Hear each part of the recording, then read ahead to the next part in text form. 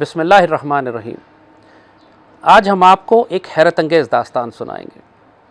बहुत सारे लोग मुझसे आज तक सवाल करते हैं कि आपने कभी अपने सऊदी अरब की दास्तान नहीं सुनाई, आपने ये नहीं बताया कि आपको वहाँ क्यों गिरफ़्तार किया गया था, वहाँ आपके साथ क्या हुआ, किस किस्म का सलूक आपके साथ किया गया। जो ख़बरें चलाई जाती हैं कि 1000 करोड़ की सज़ा और 8 साल जेल, उसका क्या राज है। और सऊदी अरब की मैक्सिमम सिक्योरिटी प्रेजेंस से, जो उनके शदीदुल हिरासा, जो उनकी शदीद तरीन जेलें हैं, वहाँ से आप निकल कर कैसे आए। इसमें हुकूमत पाकिस्तान का क्या किरदार था, पाक फ़ौज और ISI का क्या किरदार था, दूसरी हुकूमतों ने मुझे सऊदी अरब से अगवा करने के लिए भारतीय हुकूमत का उसमें क्या किरदार था। ये सब कुछ, बहुत सारी चीज़ें कुछ मैंने बताई हैं, लेकिन ज़्यादातर वो हैं कि जो अभी तक पर्दे में हैं। आज हम वो दास्तान आपको पूरी सुनाते हैं। लोगों ने इसको मेरे लिए ज़िल्लत का बाइस बनाने की कोशिश की कि देखिए, आपको तो सऊदी अरब में क़ैद की सज़ा हुई और सऊदी अरब की हुकूमत ने आपको जेल में डाला, आपने सऊदी अरब हुकूमत के ख़िलाफ़ कोई बयान दिया होगा, आपने कोई जाके वहाँ पे क़वानीन तोड़े होंगे। बहुत सारी खुराफात सोशल मीडिया पर भी और मुखालिफिन की जानिब से फैलाई गई। और वो कौन से किरदार थे जिनकी वजह से मुझे जेल जाना पड़ा, जिन्होंने सऊदी हुकूमत को चुगली लगाई, शिकायत की, झूठ बोले और गलत इन्फॉर्मेशन दी। आज वो सारी बातें हम आपको बताएंगे। मेरी उम्र आज तकरीबन 57 बरस हो चुकी है और मेरी सारी ज़िंदगी अल्लाह के फ़ज़ल से जहाद, तसादुम और मैदान जंग में गुजरी है। ज़िंदगी की सख्त तरीन आजमाइशों से अल्लाह ने गुजारा है और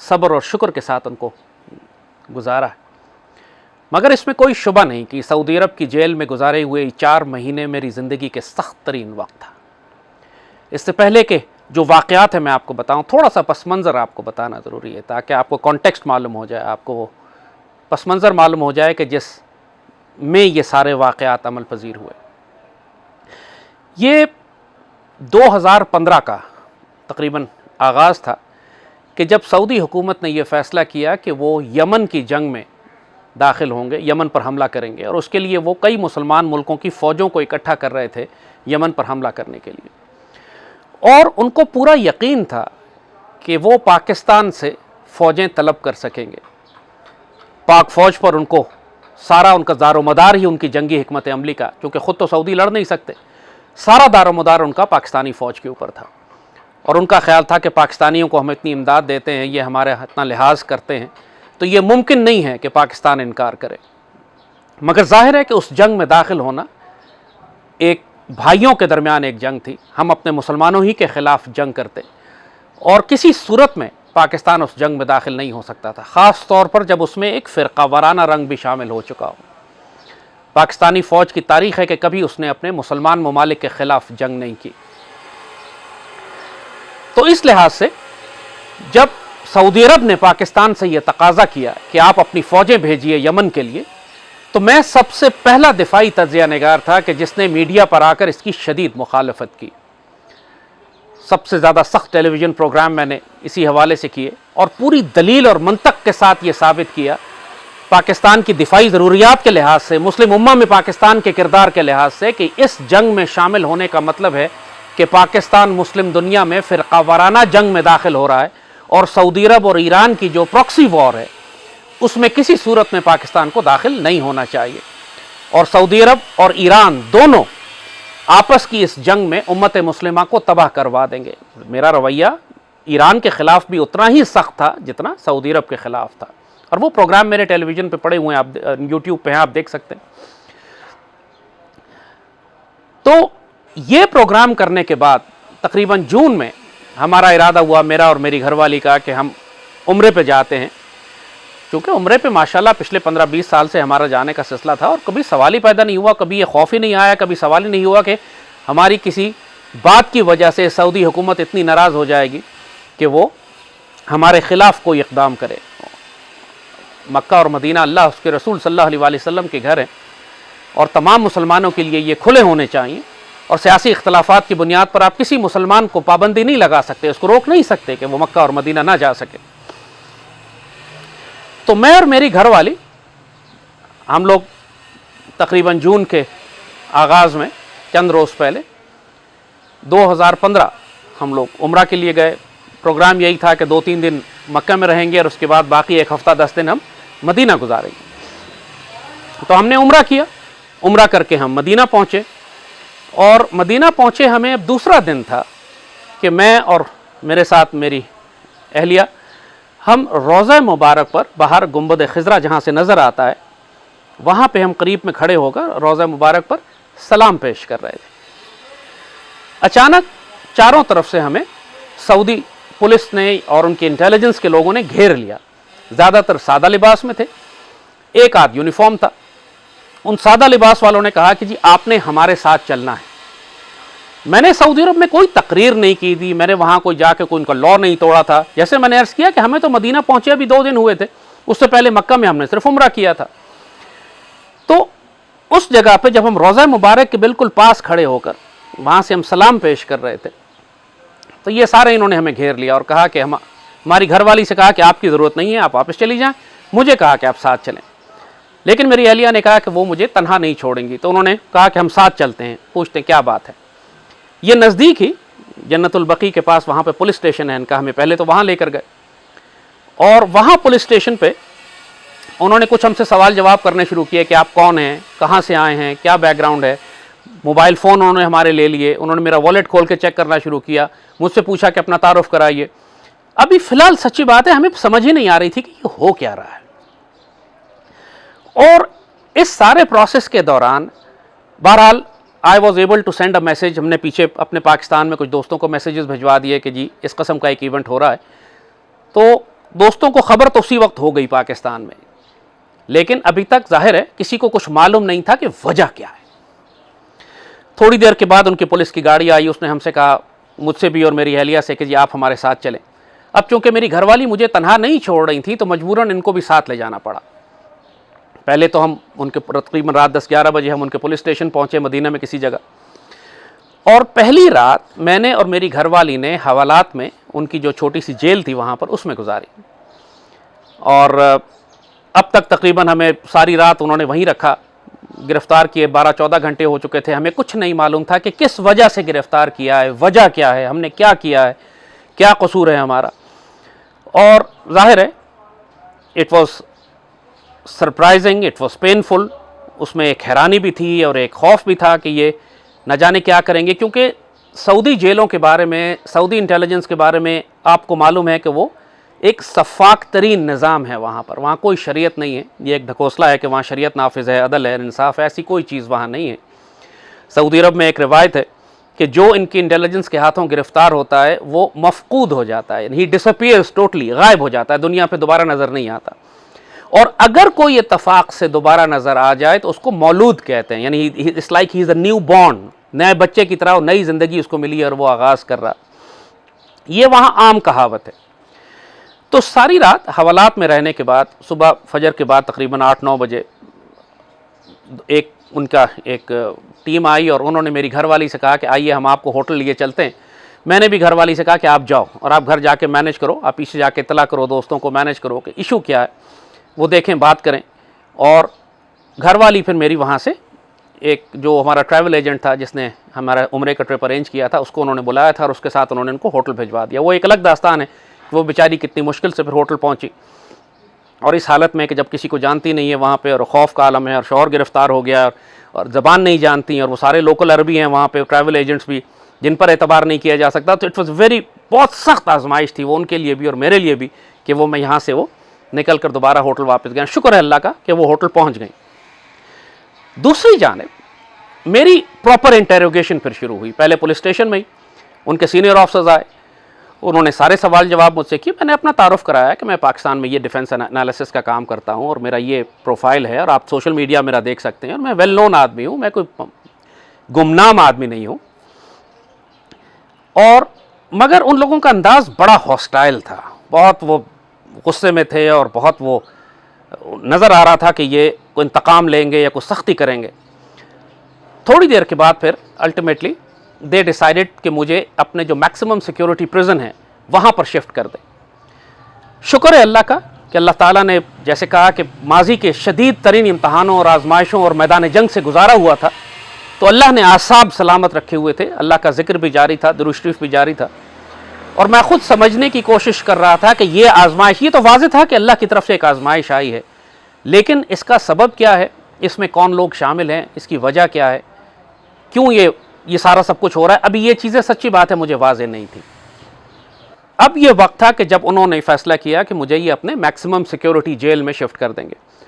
और इस वक्त पहली दफ़ा इन्होंने मेरे साथ फिर वो सलूक करना शुरू किया कि जो गुआंटानामो बे में ये कैदियों के साथ करते हैं, यानी प्रॉपरली ला के उन्होंने फिर हैंड कफ्स लगा दिए और पाँव में बेड़ियाँ लगा दी और मुंह पे उन्होंने वो आंखों पे पट्टी वगैरह चढ़ा दी। तो वो नाउ आई रियलाइज़ कि ये अब मुझे किसी दहशतगर्दी के कैटेगरी में डालना चाह रहे हैं। पहले निशान आ गए, तो एक उनकी मैक्सिमम सिक्योरिटी गाड़ी थी, उसमें लेकर अब मुझे ख्याल ये था, जब इन्होंने एयरपोर्ट की तरफ जब जाना शुरू किया, गाड़ी ने, क्योंकि मदीने के रास्तों में एयरपोर्ट की तरफ वो जा रहे थे, तो मुझे ये ख्याल हुआ कि शायद ये मुझे जहाज़ में बिठा के रियाद ले जाएंगे, क्योंकि जनरली मैंने सुना था कि ये सारी इंटेरोगेशन रियाद ले जाके करते हैं। और ज़ाहिर है दैट वाज वेरी कंसर्निंग। हर लम्हा जो था वो एक टेंस था, एक आजमाइश थी उसके अंदर। लेकिन शुक्र है अल्लाह का कि एयरपोर्ट जाने के बजाय वो मुझे मदीने की जेल में ले गए।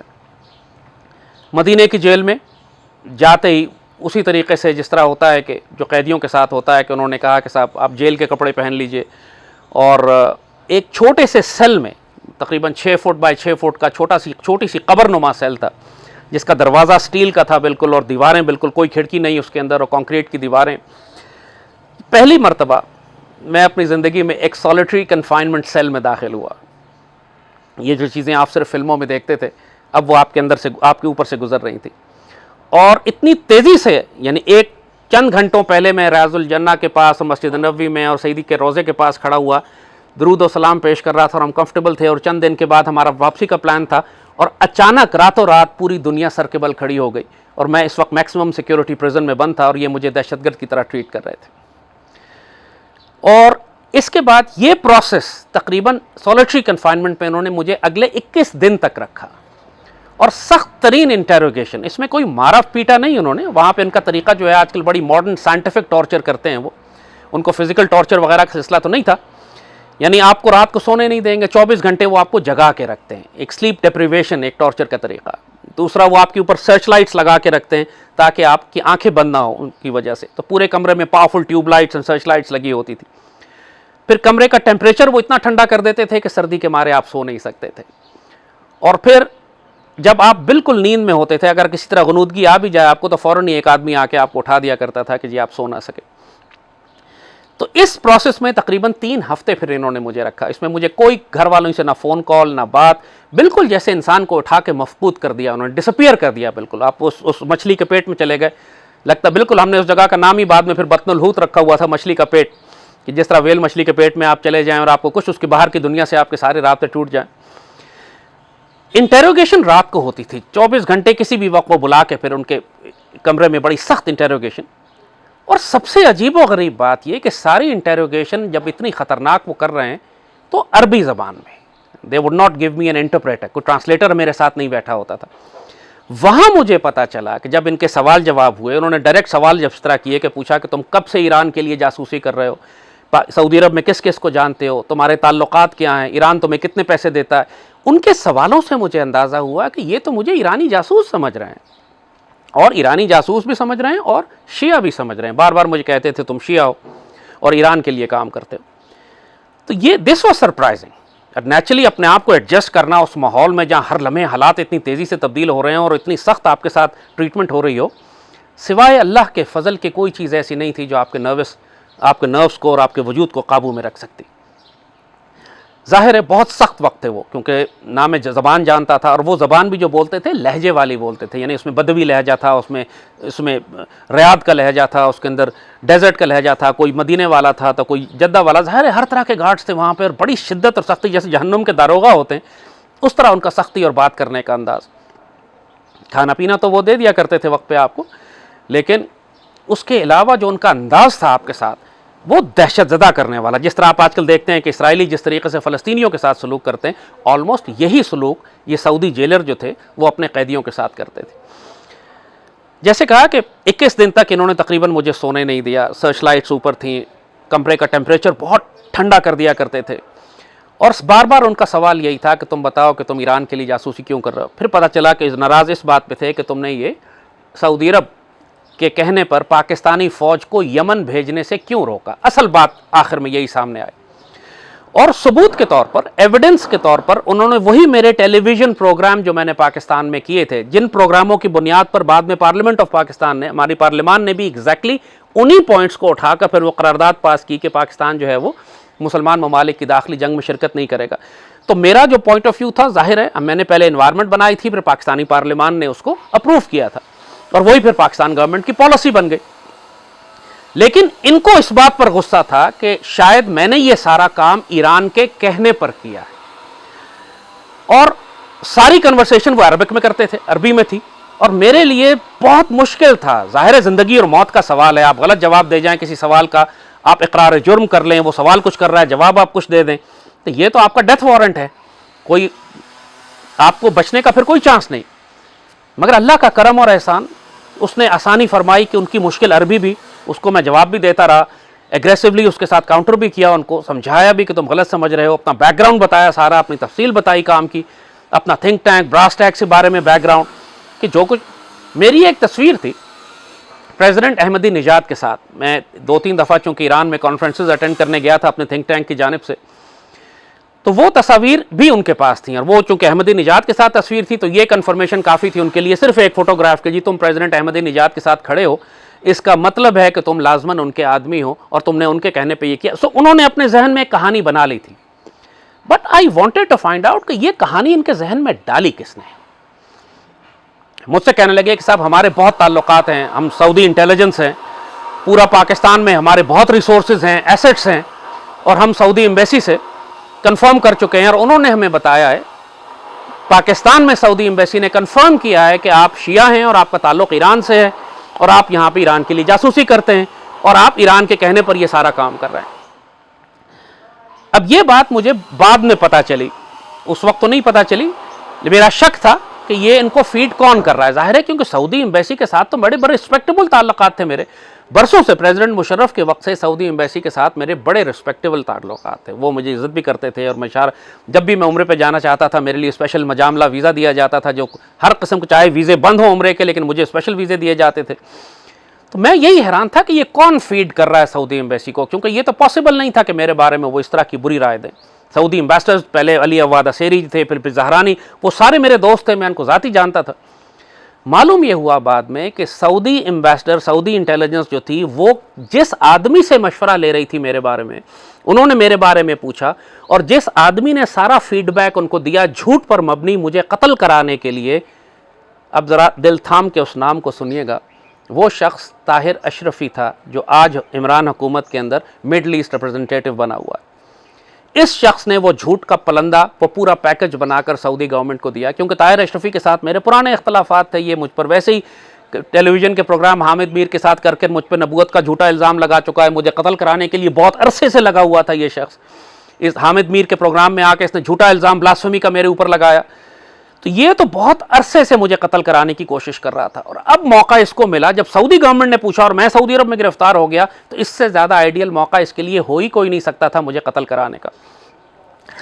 मगर ताहिर अशरफी के साथ और भी लोग शामिल थे, जो लोग मुझे पता चला बाद में कि सऊदी अरब के अंदर बैठकर ये सऊदी गवर्नमेंट को जो फीड कर रहे थे मेरे बारे में, बहुत अरसे तक ये सारा मटेरियल निकाल कर मेरे टीवी प्रोग्राम और मेरा सारा काम, ये सारे लोग जियो के मुलाजिम थे, जियो के प्लांटेड थे। उनको मैं जानता भी हूँ, लेकिन फ़िलहाल उनके नाम लेने की मुझे ज़रूरत इसलिए नहीं है कि उनको हम बाद में हैंडल करेंगे कानूनी तौर पर, मगर जियो के मुलाजिम थे वो। और जियो ने उन लोगों को वहाँ प्लांट किया था। जब उनको पता लगा मैं गिरफ्तार हुआ हूँ, तो इन लोगों ने वहाँ रब्ता किया, फिर यहाँ से ताहिर अशरफी, ये पूरा नेटवर्क था इन लोगों का, इन खवारिज मौलवियों का, उन दहशत गर्दों का, वो जो हमेशा से हमारे मिशन के ख़िलाफ़ थे। इन्होंने पूरे पूरे डोसियर बनाकर सऊदी गवर्नमेंट को दी, क्योंकि ये सऊदी गवर्नमेंट के नज़दीक थे, इतने नज़दीक थे कि आज सऊदी हुकूमत ने उनको हुकूमत पाकिस्तान के अंदर मिडल ईस्ट की वजारत दिलवा दी। आप इससे अंदाज़ा करें कि ये कितने करीब थे। सो हमारी आजमाइश सऊदी अरब के अंदर चल रही थी, नवाज शरीफ की हुकूमत थी। अब जाहिर है जब पूरी दुनिया में तूफ़ान खड़ा हो गया, पाकिस्तान में कई दिन खबरें चलती रहीं, नवाज शरीफ की हुकूमत ने सऊदी हुकूमत से कहा, ज़ाहिर है उन्होंने सरकारी तौर पर पूछा कि जी आपका एक आदमी हाई प्रोफाइल हमने पकड़ा है, वो जासूस है, तो आप क्या कहते हैं इसके बारे में। नवाज शरीफ की हुकूमत ने सऊदी गवर्नमेंट से कहा कि हमें इस शख्स की ज़रूरत नहीं है, आप रख लें, जो चाहें करें, मारें, कत्ल करें, वी डिसओन हिम, हम इससे लाताल्लुकी का इजहार करते हैं। परवेज़ रशीद का बयान आया था उस वक्त कि मैंने ज़ैद हामिद के मुंह से कभी कोई समझदार बात ही नहीं सुनी, पागल आदमी है, जो मर्जी करे। अब इमेजिन करें कि मेरी अपनी गवर्नमेंट ने मुझे अबैंडन कर दिया, so there is no possibility कि पाकिस्तान गवर्नमेंट मेरी हेल्प करेगी। मेरे खिलाफ एक कैंपेन, जिन लोगों से सऊदियों ने पूछा वो सारे मेरे दुश्मन, उन्होंने रिपोर्ट बना के ही ऐसी दी। अब जाहिर सऊदी इंटेलिजेंस वहां पर और मुझ पर चढ़ गई कि जी हमें तो अच्छी तरह पता है तुम्हें, हमारे बड़े ताल्लुकात हैं, कंफर्म हो गया सारा। और अब कोई चांस नहीं था कि मेरी रिहाई का, यानी ये वो इल्ज़ाम थे कि जिसके ऊपर सजाए मौत होती है। मुझसे वहाँ भी दर्जनों लोग, जब मैं रिहा हुआ हूँ, मेरी रिहाई के बाद तकरीबन 47 लोगों की गर्दनें काटी गई हैं, और सारे इसी इल्ज़ाम पे कि वो ईरान के लिए काम कर रहे हैं। और उसके अंदर वो फेमस सऊदी आलिम भी था, शेख निमर जिसका नाम है, तो वो हम सब पे इल्ज़ाम एक ही था, ईरानी जासूस। वो 47 उनकी गर्दन कट गई, I was probably the only one जो वहाँ से निकल कर आया। ये भी अल्लाह का करम और एहसान किस तरह हुआ, जैसे कहा कभी वो कहानी सुनाएंगे आपको। 3 हफ्ते के बाद उन्होंने मुझे सॉलिटरी कन्फाइनमेंट से निकाला। यानी लिटरली आप यकीन नहीं, इतनी सख्त अजीब व गरीब वो एक दुनिया होती है कि जब आप एक स्टील के कमरे में बंद होते हैं। रमज़ान बीच में आ गया, मुझे ये नहीं पता होता था कि ये सुबह है कि शाम है कि ज़ोहर है कि असर है कि मगरिब है कि फ़जर का वक्त है। जब तक वो मुझे आके बताते नहीं थे कि सहरी का वक्त है, सहरी खा लो, अफ्तार कर लो। एक दिन मुझे बताया नहीं उन्होंने, तो मैं ईशा तक बैठा रहा, अफ्तार ही नहीं किया मैंने, बिकॉज आई डिडंट नो। कोई वक्त ही नहीं है वहाँ पे, ना सूरज नज़र आता है, ना चिड़िया, ना रोशनी, ना धूप, ना आवाज़। अल्लाह ने सारा रिस्क जो आपके पास, जिसको हम आज अल्लाह की तरफ से फॉर ग्रांटेड लेते हैं, वो सारा रिस्क हमसे उस वक्त अल्लाह ने सल्ब कर लिया, ये बताने के लिए कि अल्लाह की नेमतों की कितनी कदर करनी है जब इंसान दोबारा अल्लाह इनको वापस देगा। तो मेरे पास ना सूरज की रोशनी थी, ना हवा था। तकरीबन 65 दिन के बाद, आई थिंक 65 डेज़ के बाद मैंने पहली दफ़ा सूरज देखा।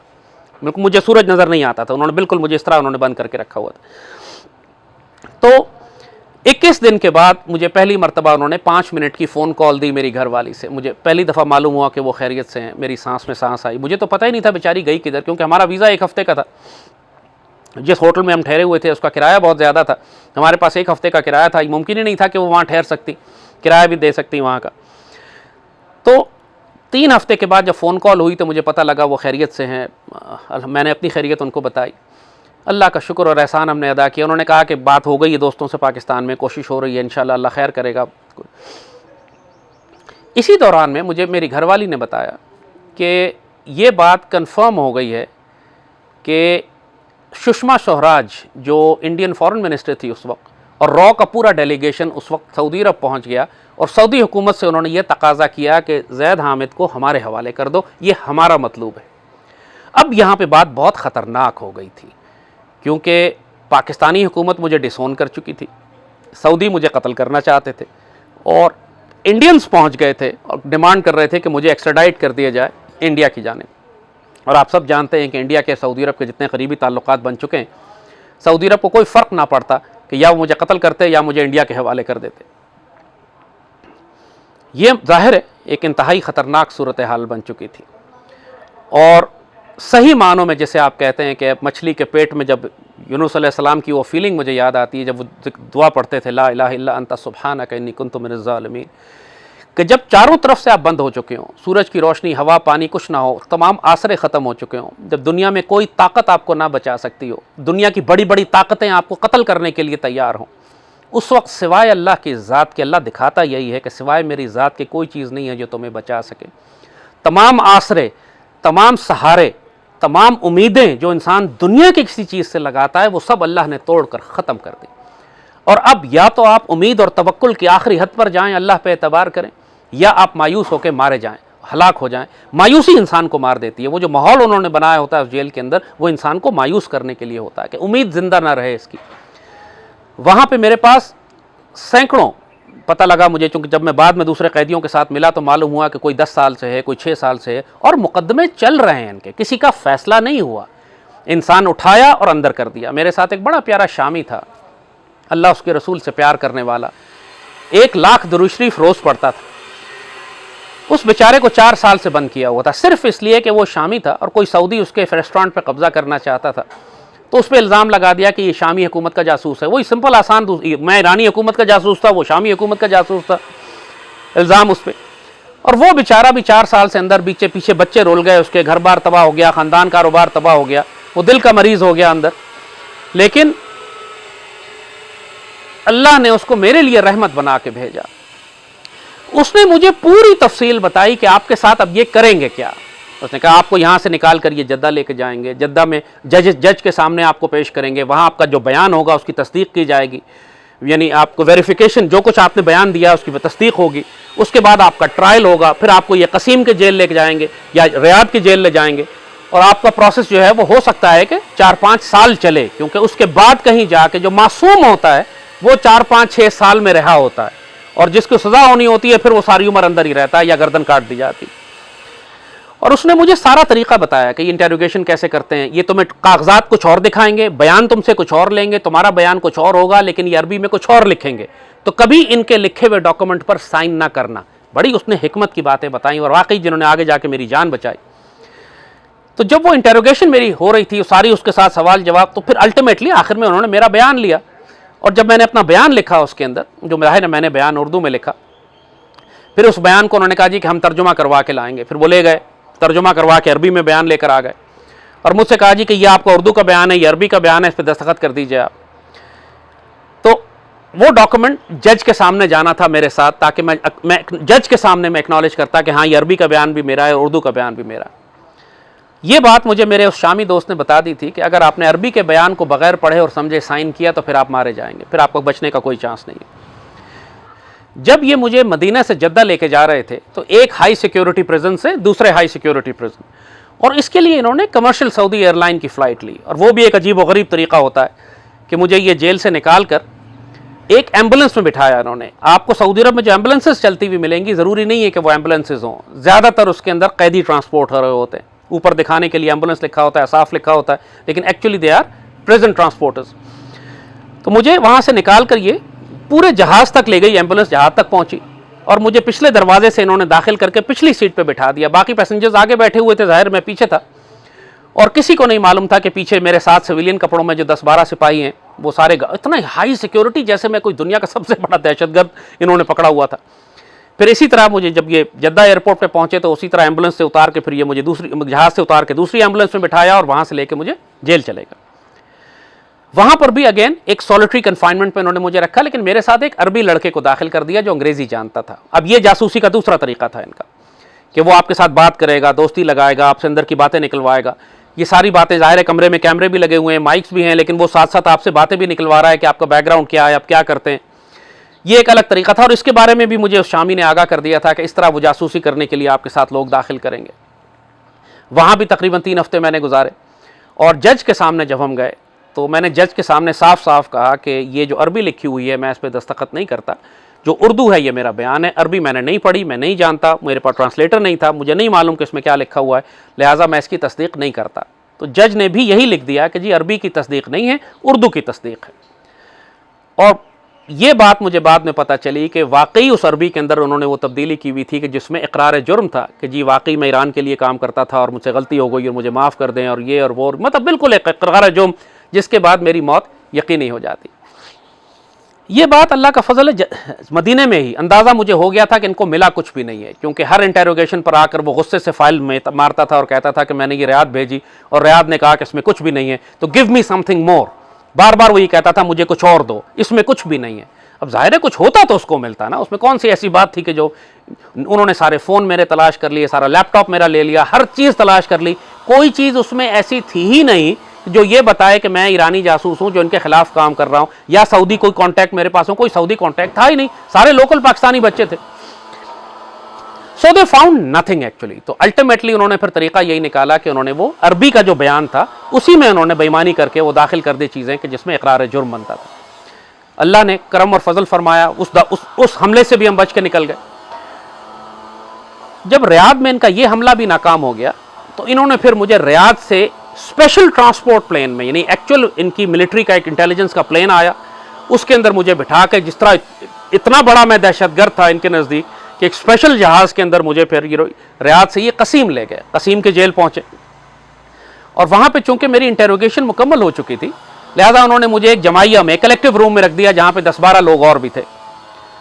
और वहाँ पे मुझे ज़्यादा मौका मिला इस बात का कि मैं तसल्ली से माहौल को देख सकूं, इन लड़कों से मिल सकूं, पता कर सकूं। उसमें दाइश के लड़के भी थे, जेन्युइन दहशतगर्द भी थे, दाइश के लोग भी थे, उसमें बेगुनाह मासूम भी थे, उस शामी की तरह या उन नौजवानों की तरह जिनको सिर्फ इस बात पे कि उन्होंने ट्वीट कोई कर दी थी या सोशल मीडिया पे कुछ लिख दिया था या कहीं इख्तलाफ राय का इजहार किया था या किसी की दुश्मनी थी उनसे, उन बेचारों को उठा के उन्होंने वहाँ पर उन्होंने बंद किया हुआ था। कोई 9 साल से बंद था, कोई 10 साल से बंद था, किसी को 15 साल सजा थी, कुछ को सजाएं हो चुकी थी, कुछ अंडर ट्रायल थे।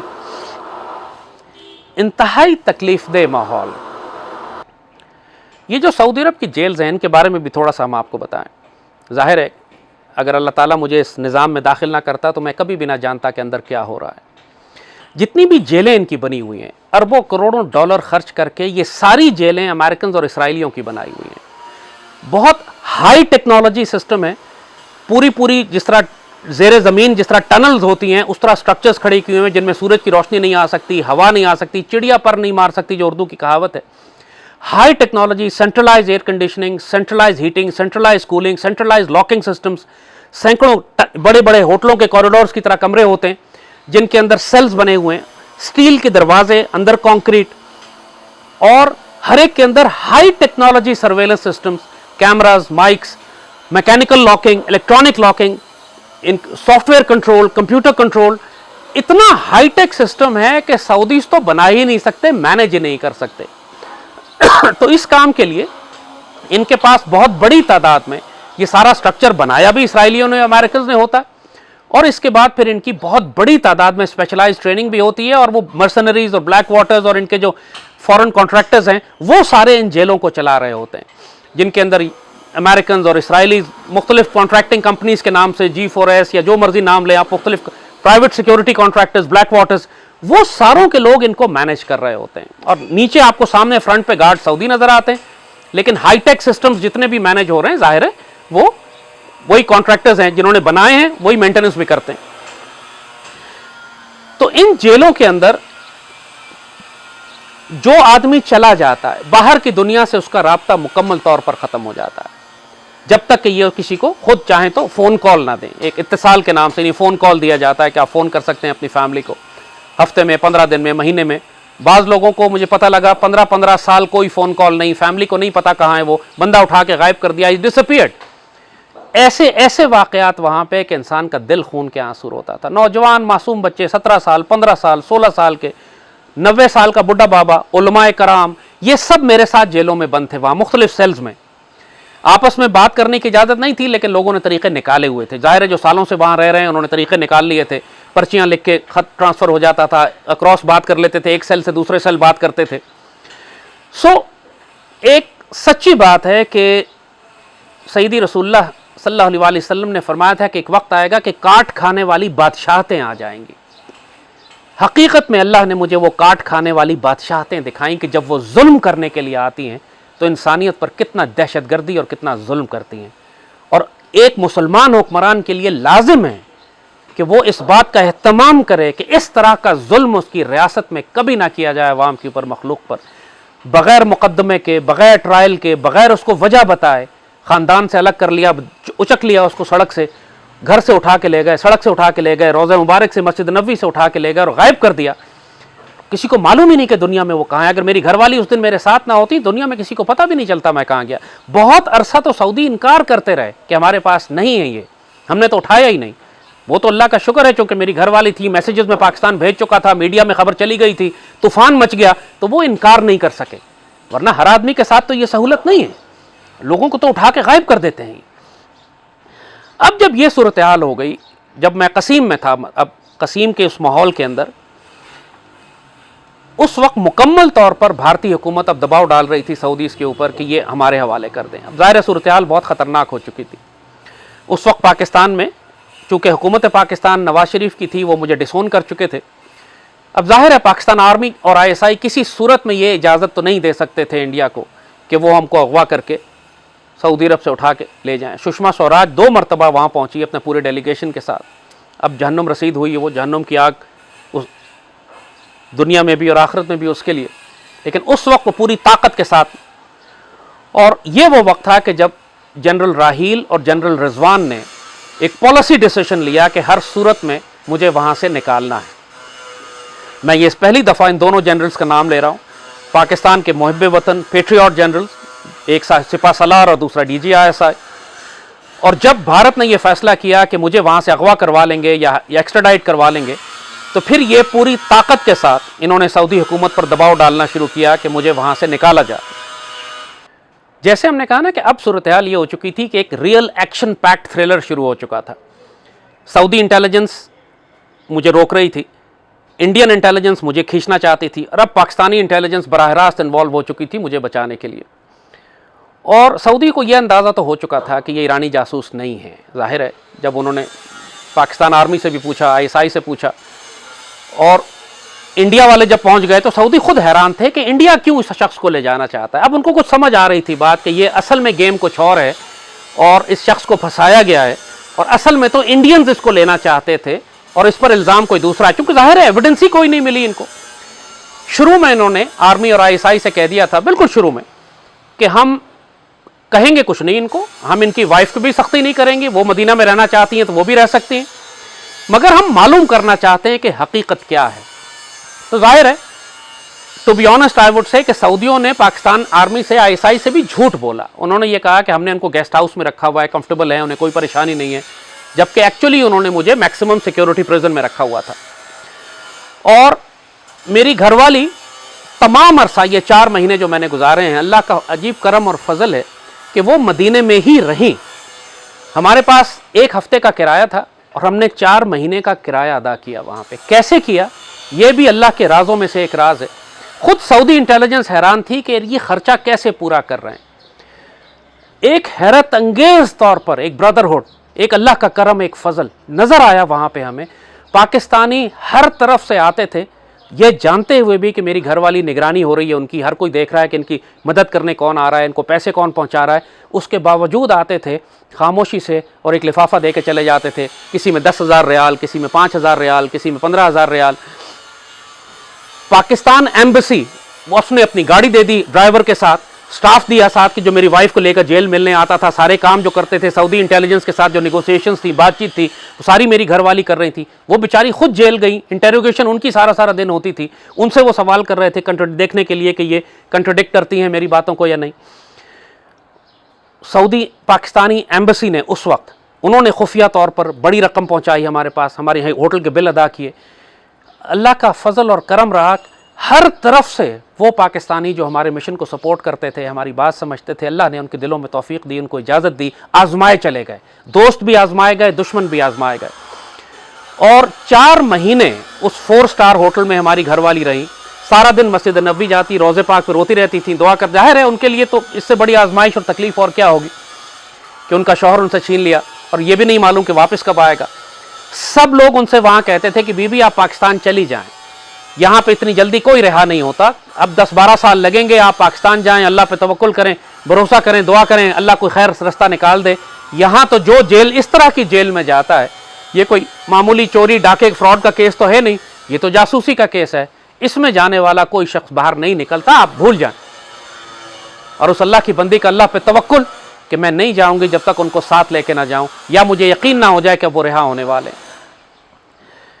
अब इस सूरत हाल के अंदर सऊदी खुद फंसे हुए थे कि एक तरफ से उनको कोई एविडेंस नहीं मिली, लेकिन वो गुस्से में जरूर थे। बहरहाल यस, बहुत सख्त नाराज थे कि आपने बहरहाल पाकिस्तान आर्मी को यमन जाने से रोका और हमारी पॉलिसी को नुकसान पहुंचाया। सऊदी इंटेलिजेंस के लिए ये बहुत हैरानी की बात थी, जैसे कहा कि इनका खर्चा कौन दे रहा है। अब चूंकि एम्बेसी की गाड़ी भी थी, एम्बेसी का ड्राइवर था, तो मेरे लिए ये कवर स्टोरी बनाना बहुत आसान था कि जी सारा खर्चा मेरा एम्बेसी दे रही है। और अब जाहिर है इसकी वजह से वो हैरान भी थे कि पाकिस्तान गवर्नमेंट डिसोन कर चुकी है मुझे, वो मुझे ओन नहीं कर रही। पाकिस्तान एम्बेसी मेरा खर्चा भी दे रही है, गाड़ी और ड्राइवर भी दिए हुए उसने। सो सऊदीज के लिए it was very surprising. Pakistan army और ISI पूरा दबाव डाल रहे हैं इनके ऊपर कि मुझे फौरी रिहा करो। इंडियन पहुंच चुके हैं कि इनको हमारे हवाले कर दो। और सऊदीज का गुस्सा बहरहाल था कि वो इस बात पे कि मैंने यमन फौज भेजने से रोका था, और उसका कम से कम वो इंतकाम लेना चाहते थे कि इनको हम इतनी जल्दी नहीं छोड़ेंगे।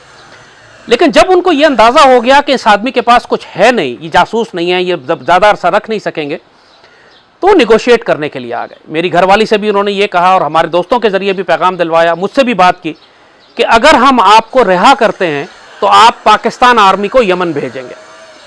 अब ये बहुत मुश्किल वक्त था हमारे लिए, क्योंकि उस जगह से हर कीमत पे मुझे रिहाई चाहिए थी। जाहिर है वो एक तरफ मुझे साइकोलॉजिकल प्रेशर डालते थे कि आपको हम 10 साल तक रखेंगे, आपको कत्ल कर देंगे, आप घर नहीं जा सकेंगे।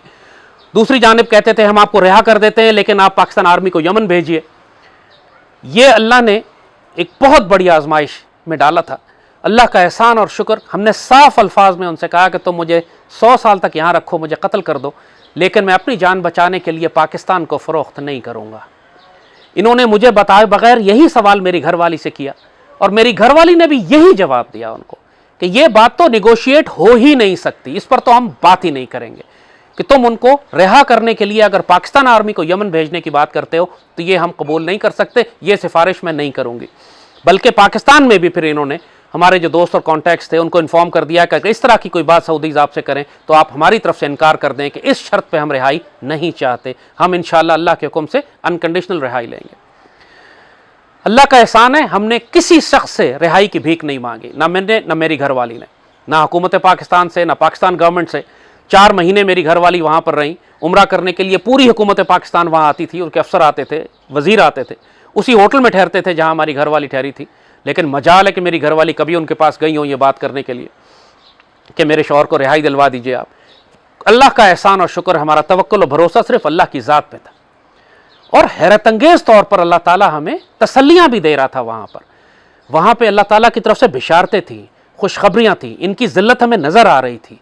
किस तरीके से इनकी सारी साजिश नाकाम हुई वो दिखाई जा रही थी अपनी आंखों से। जो फ्रस्ट्रेशन थी, जो गुस्सा था, जो एंगर था सऊदी इंटेलिजेंस में, वो फिर उनकी अपनी ज़िल्लत में और जहालत में तब्दील हो गया, वो अल्लाह ताला हमें दिखा रहा था। अब ये सूरत हाल आ चुकी थी, तकरीबन इसमें 4 महीने गुजर चुके थे इन सारी बातों में, और अब वाकई प्रेशर पाकिस्तान की तरफ से था इनके ऊपर। पाकिस्तान से मेरा मतलब आर्मी और ISI की तरफ से प्रेशर था सऊदीज़ पे, कब इनको रिहा करो। अब हज का वक्त करीब आ रहा था, मैं जून में गिरफ्तार हुआ था, जून, जुलाई, अगस्त, सितंबर, और अब तकरीबन हज शुरू होने वाला था। आपको याद होगा 2015 में वहाँ पर एक स्टैम्पीड हो गया था, एक भगदड़ मच गई थी, जिसके नतीजे में 5-7 हज़ार लोग शहीद हो गए थे वहाँ पर। और वो इस वजह से हुआ था कि तमाम शाही ख़ानदान और बादशाह और वज़ीर दिफा और वज़ीर ख़ारजा और वज़ीर दाखिला सब वहाँ मौजूद थे उस वक्त हज करने के लिए।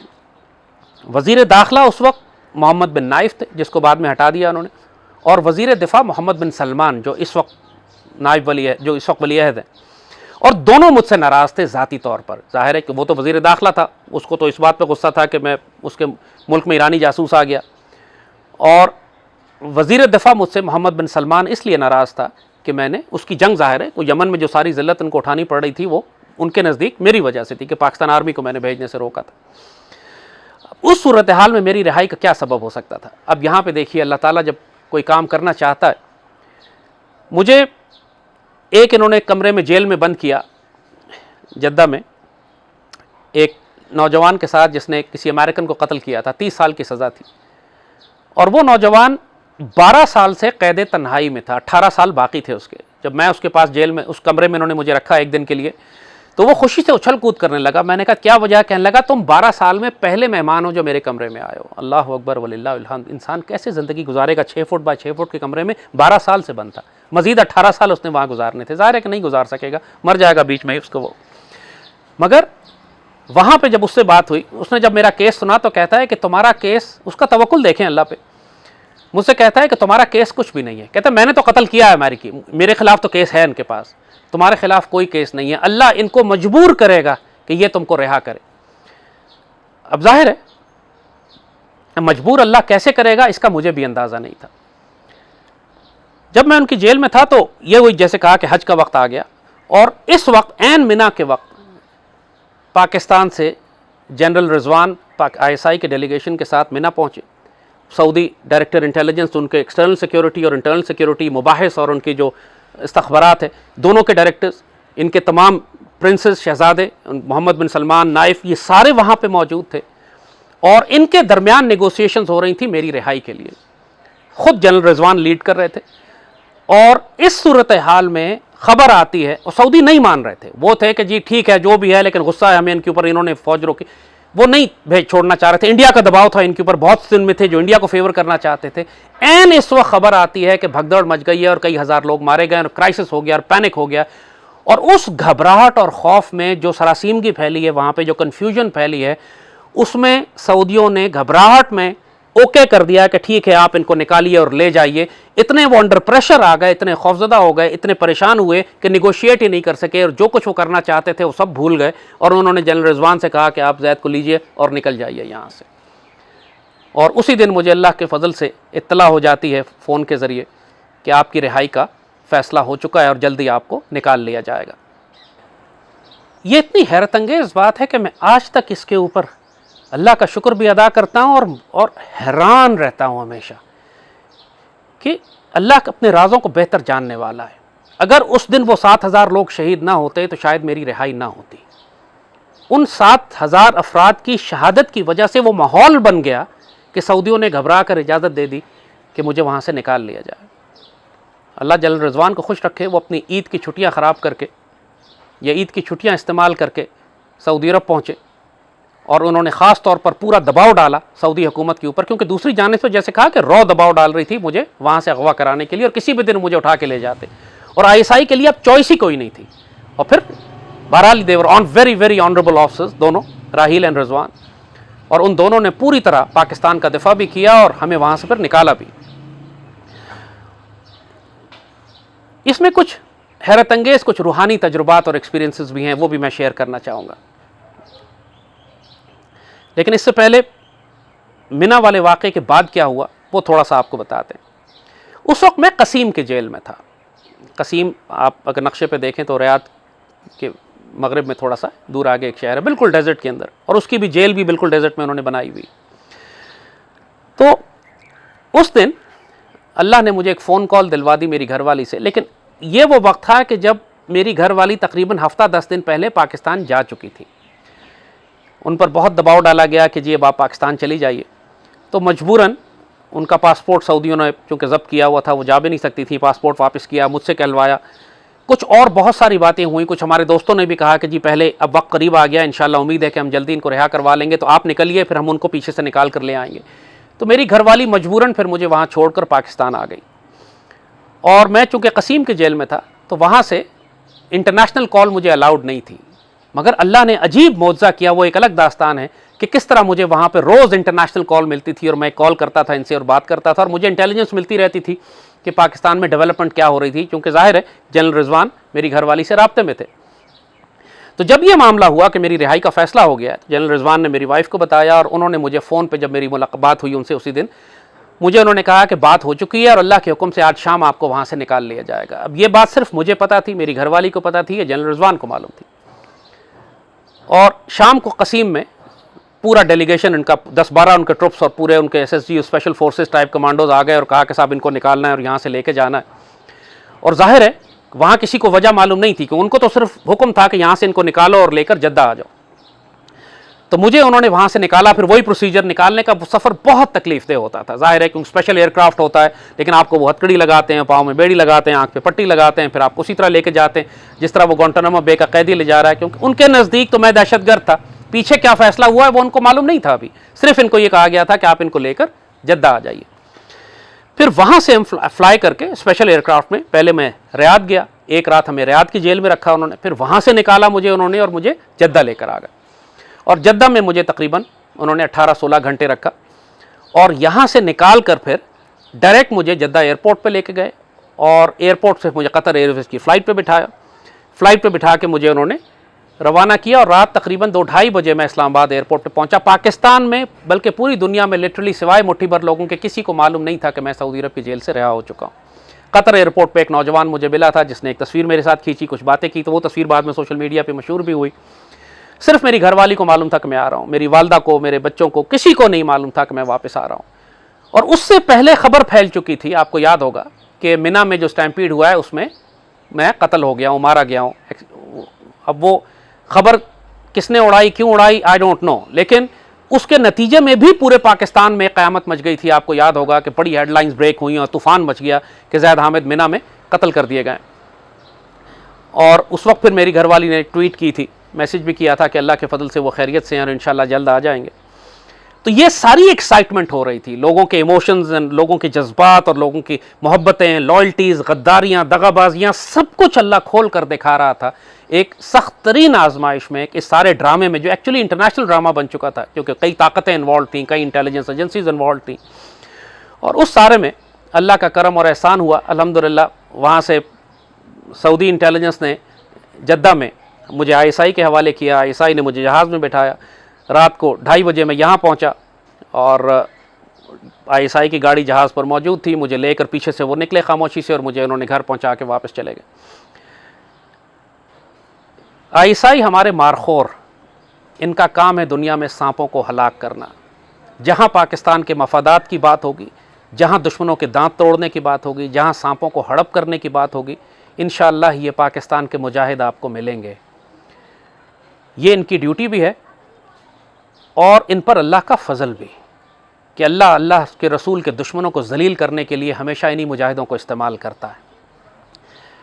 मुझे कत्ल कराना एक बहुत बड़ी साजिश थी, इसमें पाकिस्तान का हर दुश्मन शामिल था, ताहिर अशरफी से लेकर जियो ग्रुप से लेकर Indian intelligence, raw, Nawaz Sharif की हुकूमत, बड़े बड़े पाकिस्तान और इस्लाम के दुश्मन इस सारी साजिश में शामिल थे।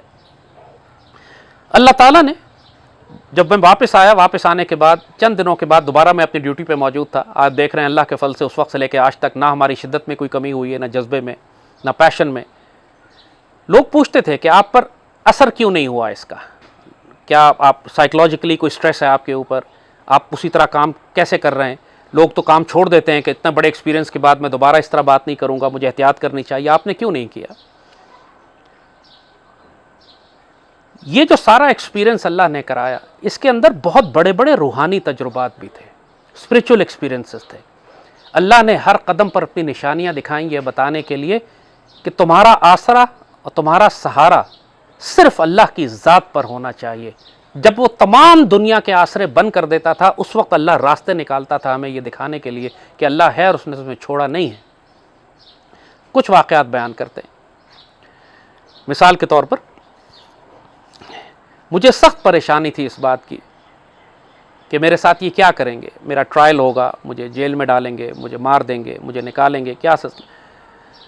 और इस शदीद परेशानी में, ये उस वक्त है जब मैं जद्दा में था, तो अल्लाह ताला ने अपना करम और एहसान फरमाया। एक ख्वाब देखा मैंने, ख्वाब मैंने देखा कि जिसमें मेरी बेटी मेरे भाई से पूछ रही है कि अब्बू का क्या बना, और मेरा भाई उसको कहता है कि अल्हम्दुलिल्लाह फ़ैसला हो गया है, जद्दा से रिहाई होगी और बग़ैर मुक़द्दमे के रिहाई होगी।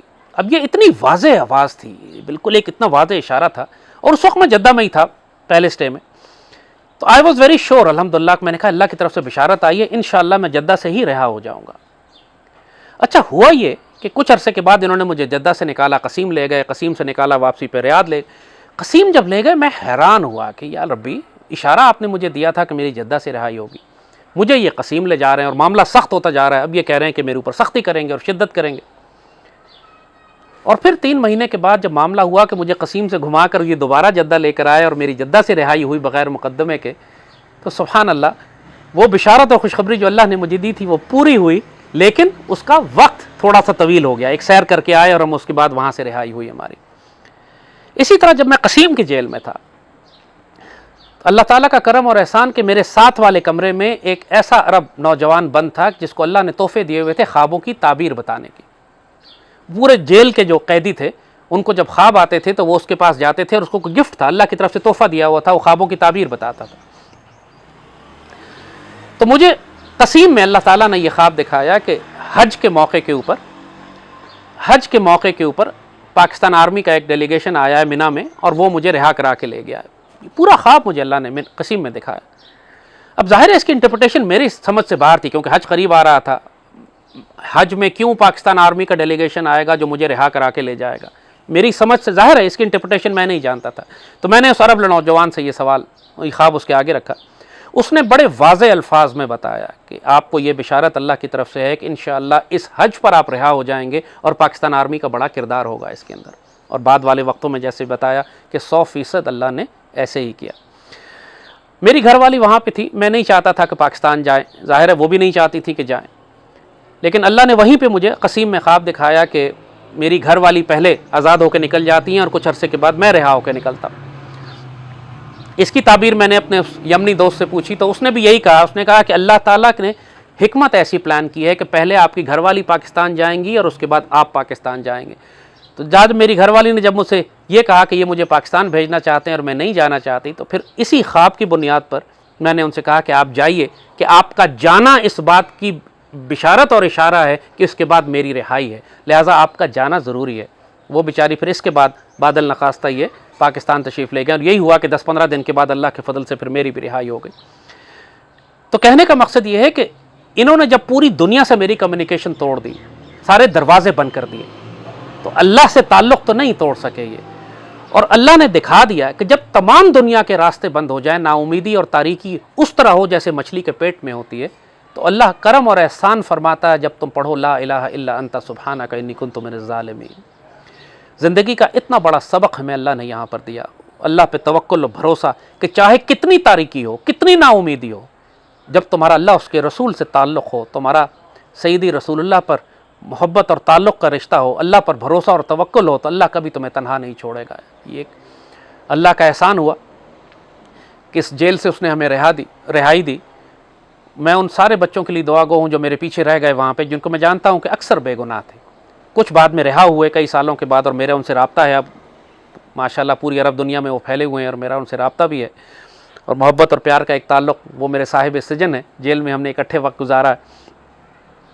और सैयदना यूसुफ़ अलैहिस्सलाम का पूरा वाक़या फिर आपके सामने आता है, आपको वो तजुर्बा, आप सोचते हैं कि वाकई उन्होंने कितने बरस जेल में गुजारे, और जेल से निकलने के बाद उन्होंने अल्लाह का शुक्र अदा किया कि अल्लाह ने एहसान फरमाया मुझ पर कि मुझे जेल के अजाब से निजात दी।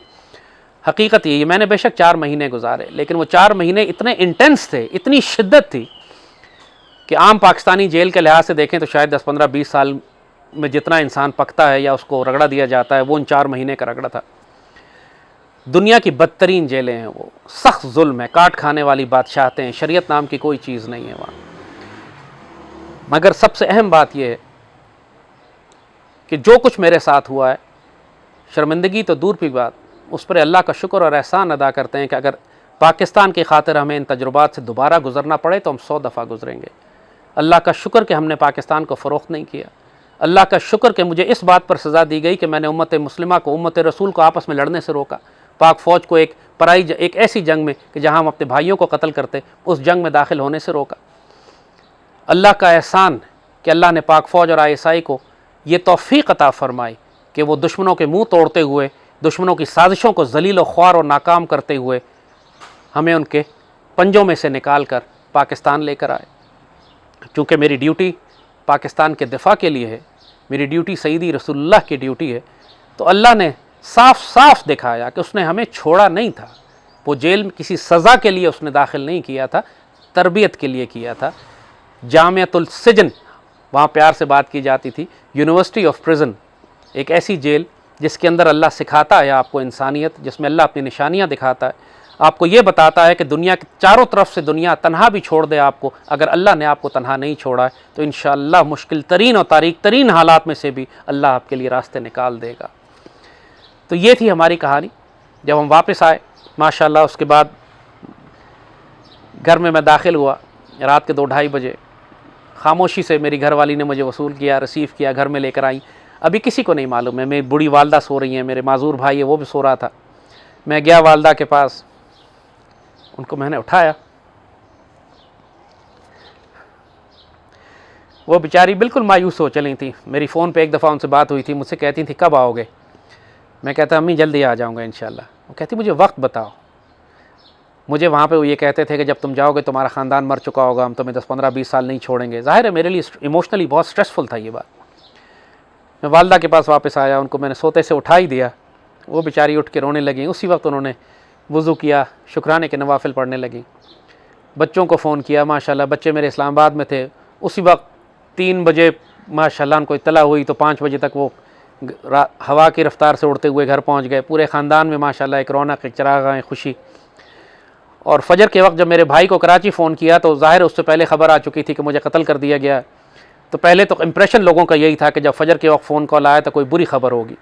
अल्लाह का शुक्र है कि जब उनसे बात की, लोगों से उनको खुशखबरी सुनाई, तो अल्लाह का करम और एहसान, अल्हम्दुलिल्लाह अय्यूब अलैहिस्सलाम का मामला के उस आजमाइश के बाद अल्लाह ने वो सब कुछ उनको वापस लौटा दिया जो उनको था, और उससे भी ज़्यादा अल्लाह ने अता किया। अल्लाह का एहसान और शुक्र और करम मेरे मालिक का, मेरे वापस आने के बाद अल्लाह ताला ने जो कुछ था वो भी लौटाया और उससे ज़्यादा अता फरमाया। मुझे अल्लाह ने ग्रैंड चिल्ड्रन दिए, मेरे नवासे पोते नवासी है माशाल्लाह, अल्लाह ताला ने माशाल्लाह, और अगली नस्ल भी तोहफ़े में अता फरमाई। और हम अपनी ड्यूटी पर उसी तरह वापस कायम और दायम अल्लाह के फ़ज़ल से सईदी रसूलुल्लाह की उम्मत के दिफ़ा में, सईदी की खिदमत में, पाकिस्तान के दिफ़ा में, पाकिस्तान फ़ौज और ISI के दिफ़ा में हम उसी तरह खड़े हैं जैसे पहले ड्यूटियाँ किया करते थे। और इंशाअल्लाह आने वाले वक्तों में जब तक अल्लाह चाहेगा इस ड्यूटी को अदा करेंगे। आज ये हमने आपसे दास्तान शेयर कर दी माशाअल्लाह। इसमें हीरोइज़्म भी है, इसमें गद्दारियाँ भी हैं, इसमें शर्मनाक ख़यानत भी है, इसमें वफ़ादारी की इंतहाई मिसालें भी हैं।